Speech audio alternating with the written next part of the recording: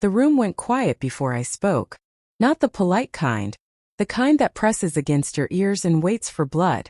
My younger brother leaned back in his chair, jaw tight, eyes bright with entitlement. He didn't ask. Sign the mansion over to me. The Christmas tree blinked behind him, lights stuttering like a nervous heartbeat. My parents sat on either side, already nodding, already decided. His childhood illness means he deserves it, my mother said. Soft. Final. Like a verdict. I looked at the table. The food. The folded hands. At the family that had just reduced me to a signature. I wasn't always the one they tried to take from. I was the reliable one. The quiet achiever. The son who never needed saving. While my brother fought a sickness that almost took him, I learned how to disappear. How to earn without applause. How to build without witnesses.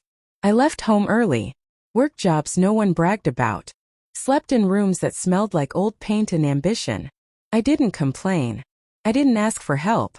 I built my life the way I learned to survive silently. The mansion wasn't luck. It was 20 years of restraint. Of saying no when I could have said yes. Of choosing patience over praise.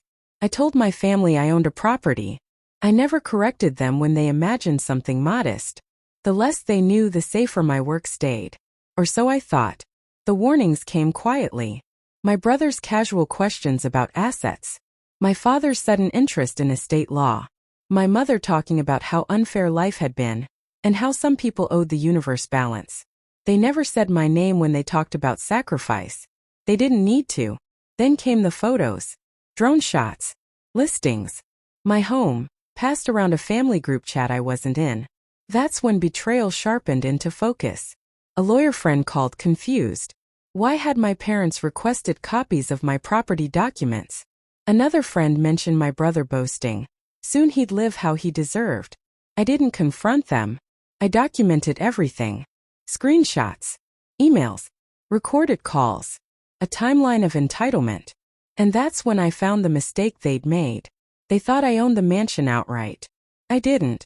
The house was owned by an LLC. The LLC by a trust. The trust had one beneficiary, me. And one clause no one else ever bothered to read. If coercion or forced transfer was attempted, the asset would freeze permanently. And the challenger would be legally barred from ever benefiting. They taught me to plan for emergencies. They never imagined I'd plan for them. Christmas arrived dressed as a trap. The house was full. Laughter too loud. Drinks poured too freely. My brother waited until dessert. Until the audience was complete. He stood, raised his glass, smiled like a victor. Let's stop pretending. You owe me. Sign the mansion over tonight. My parents flanked him, righteous and ready. My mother brought out the illness again, sharpened by decades of use.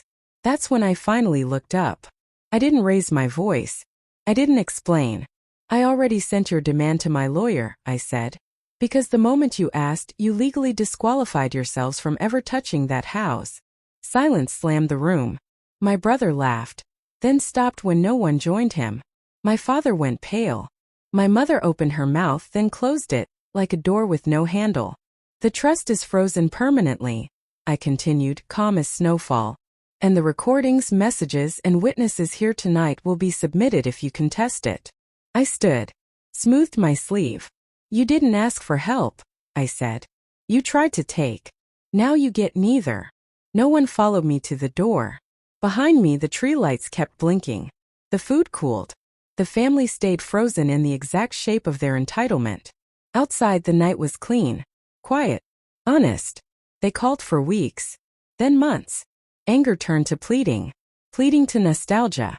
I never replied. The mansion stayed where it belonged. So did my peace. Betrayal taught me something simple. Love without respect becomes permission. I took that permission back. And every Christmas since, I sleep soundly in a house no one can ever demand again.